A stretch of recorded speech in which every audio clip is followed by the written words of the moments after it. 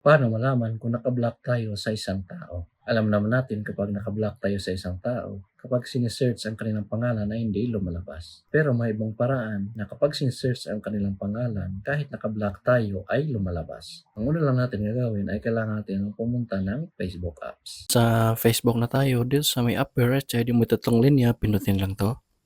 Then, scroll up lang natin. Pinutin lang tong settings and privacy. Pinutin lang tong settings. Then, scroll up lang natin. Hanapin natin yung audience and visibility.